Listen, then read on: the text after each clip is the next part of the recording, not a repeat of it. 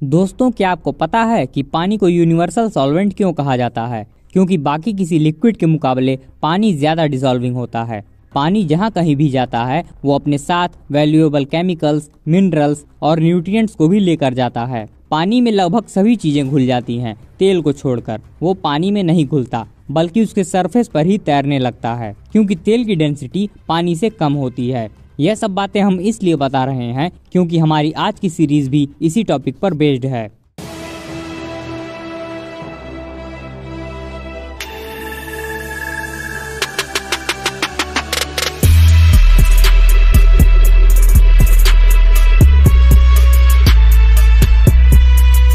The rig यह एक science fiction thriller series है जिसे डेविड मैकपर्सन ने क्रिएट किया है।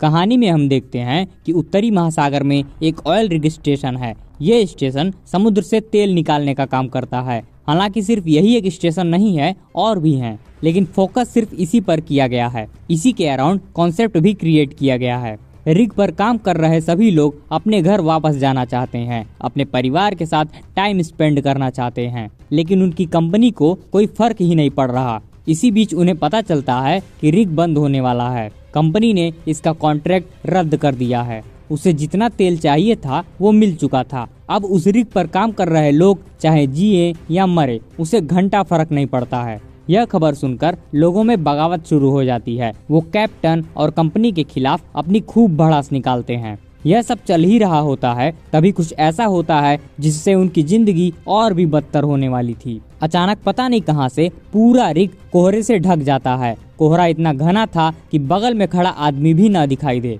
इस कोहरे के कारण कुछ रेडियो काम करना बंद कर देते हैं। इस कारण अब वो चाह कर भी ना किसी से कांटेक्ट कर सकते थे और ना ही किसी से मदद मांग सकते थे। दो वर्कर्स रेडियो को ठीक करने के लिए बेस पर जाते हैं, जिनमें से एक किसी सुपरनेचुरल एक्टिविटी से इन्फेक्ट हो जाता है। पहले तो लोग समझ ही नहीं पाते हैं कि चल क्या रहा है, लेकिन जब तक पूरा मैटर समझ में आने लगता है तब तक काफी लोग इन्फेक्ट हो चुके थे। दरअसल उस कोहरे में स्पोर मिला हुआ था। स्पोर एक प्रकार का सेल होता है जिसे पेड़ पौधे, फंगाई, बैक्टीरिया प्रोड्यूस करते हैं। रिप्रोडक्शन में इसका बहुत बड़ा रोल होता है। कुछ बैक्टीरिया खुद को सेफ रखने के लिए स्पोर रिलीज करते हैं। हवा और पानी के जरिए ये स्पोर फैलते रहते हैं, जिस कारण हमें घरों के छतों पर भी उगता हुआ पेड़ देखने को मिल जाता है। वो स्पोर की ही देन है। अगर आप जानना चाहते हैं कि कोहरे से लोग कैसे इन्फेक्ट हुए, so that's your answer my friend, spore. अब चूंकि हमें यहाँ पर ये नहीं बताया गया है कि वो क्या चीज है जिसके कारण ये सुपरनेचुरल एक्टिविटीज हो रही हैं।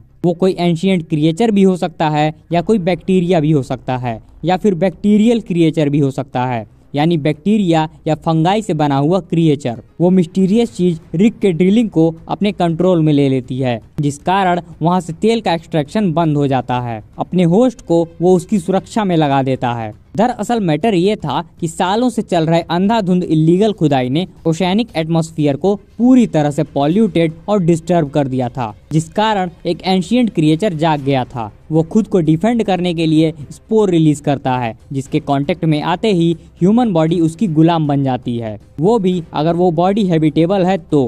ह्यूमन बॉडी के कांटेक्ट में आते ही बॉडी से सारी अननेचुरल चीजें बाहर निकाल दी जाती हैं, जैसे दांत, स्किन टैटूज, एक्सेट्रा एक्सेट्रा। उन होस्ट को जो रिंग्स दिखाई देते हैं, वो रिंग्स यह इंडिकेट करते हैं कि वो क्रिएचर कितना पुराना है और पूरे लाइफ साइकिल में उसके आसपास का माहौल कैसा था। यहाँ पेड़ों में जो रिंग्स देखने को मिलता है, वहाँ भी सेम कंडीशन अप्लाई होता है। तभी कोहरा गायब हो जाता है। दूसरे रिग से सही सलामत बचकर आए एक सीनियर को इस क्रिएचर के बारे में पहले से ही पता था कि ये क्या चीज है और क्या चाहता है। वो क्रिएचर तेल के द्वारा ही फैलता है, यानी फॉसिल फ्यूल ही उसका ऑक्सीजन है, और तेल तो दुनिया भर के समुद्र में पाया जाता है। अगर इसे रोका नहीं गया तो पूरी इंसानियत को ही अपना गुलाम बनाकर रख देगा। इससे पहले कि वो दुनिया भर में फैले, वो उसे वहीं रिग पर ही खत्म कर देना चाहता था। उसे मारकर ही इंसानियत को बचाया जा सकता था, क्योंकि स्पोर से भरा कोहरा अब शहर में घुस चुका था। वो क्रिएचर नेचर में बैलेंस बनाना चाहता था, क्योंकि धरती पर संसाधन बहुत ही सीमित है।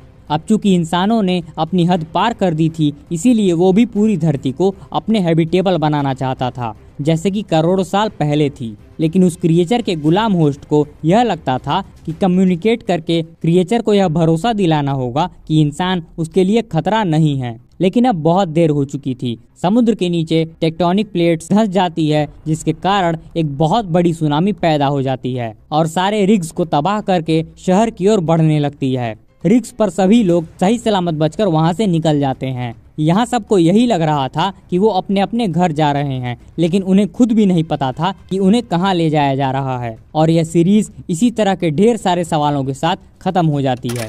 केवल 6 एपिसोड्स वाली यह सीरीज एक मिनी सीरीज की तरह है, जिसे आप आराम से एंजॉय कर सकते हैं। यह अपने सस्पेंस के साथ आपको आखिर तक कनेक्ट रखेगी, लेकिन सस्पेंस ठीक से रिवील न कर पाने के कारण थोड़ा निराश जरूर करेगी, क्योंकि जिस क्रिएचर के बारे में इतना बताया जा रहा है, कम से कम उसकी झलक तो दिखा दिए होते। कुछ लोगों को लग रहा है कि वो कथुलू है, तो किसी को डैगोन लग रहा है, लेकिन मेरे हिसाब से ओमिबोजू हो सकता है। ओमिबोजू जापानीज मैथोलॉजी से बिलोंग करता है, जिसका मतलब है सी प्रिस्ट। यह एक जायंट शैडोवी ह्यूमनॉइड लाइक मॉन्स्टर है, जो भूतों की तरह समुद्र में भटकता रहता है। इसके कुछ लक्षण इस सीरीज के सस्पेंस से काफी मिलते जुलते हैं, तो इसके ज्यादा चांसेस हैं कि यही मॉन्स्टर हो सकता है। आई होप कि इसके दूसरे सीजन में हमारे डाउट्स को दूर किया जाए। तो इस सीरीज को लेकर आपके क्या थॉट्स हैं, उसे हमसे कमेंट बॉक्स में जरूर शेयर करिएगा। और अगर यह वीडियो पसंद आया हो तो इसे like, comment, share and channel को भी सब्सक्राइब कर दीजिएगा। मिलते हैं नेक्स्ट वीडियो में।